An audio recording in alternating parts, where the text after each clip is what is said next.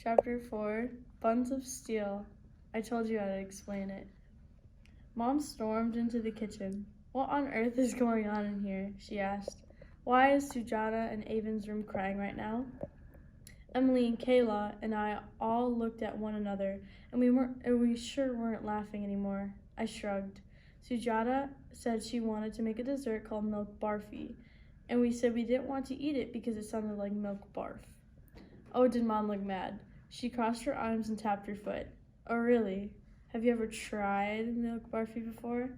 Emily, Kayla, and I sheepishly shook our heads. Mom nodded. That's what I thought. Did you ask Sujata what's in it? Or what it actually tastes like?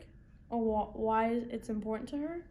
No, we did not ask any of those particular questions, I said.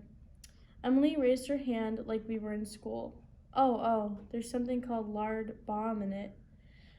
Mom gave Emily a look that said she had no idea what Emily was talking about. She sighed and uncrossed her arms. I want the three of you to go in there right this minute and apologize for being so insensitive. Sujata is your friend, and we don't treat our friends like that, especially when it comes to things we don't understand. We all three walked into my bedroom. Sujata was sitting on the bed with one of my pillows squeezed to her chest. She wiped at her cheek. I plopped down next to her. We're sorry, I said. Kayla nodded. Yeah, we shouldn't have laughed about the milk barfi just because it has a funny name. We haven't even tried it yet. We can see how badly we hurt your feelings. Emily smiled. Yeah, we won't even know if it actually tastes like barf until we try it, she said, patting Sujata on the back. And I bet it doesn't even taste like barf at all. Sujata wiped her eyes. It doesn't, she said softly. It tastes like fudge. Fudge, I cried. Fudge is one of my favorite things in the whole wide world. Sujata smiled. So we can still make it? Let's make it right this very minute, I declared.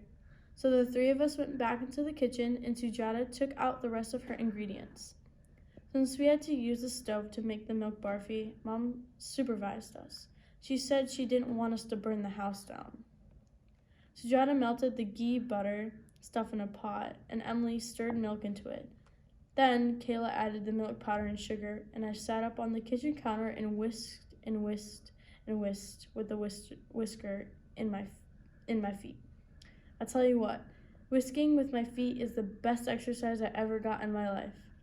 Mom has this exercise video, Buns of Steel, and I thought there was a good chance my buns were turning to steel right there on the kitchen counter. We sprinkled the cardamom, not lard bomb, in it, and then we smushed it all into a pan with our hands and feet, and Sujata said we had to wait a few hours to eat it. But I could hardly wait. It smelled like spicy heaven and not at all like barf.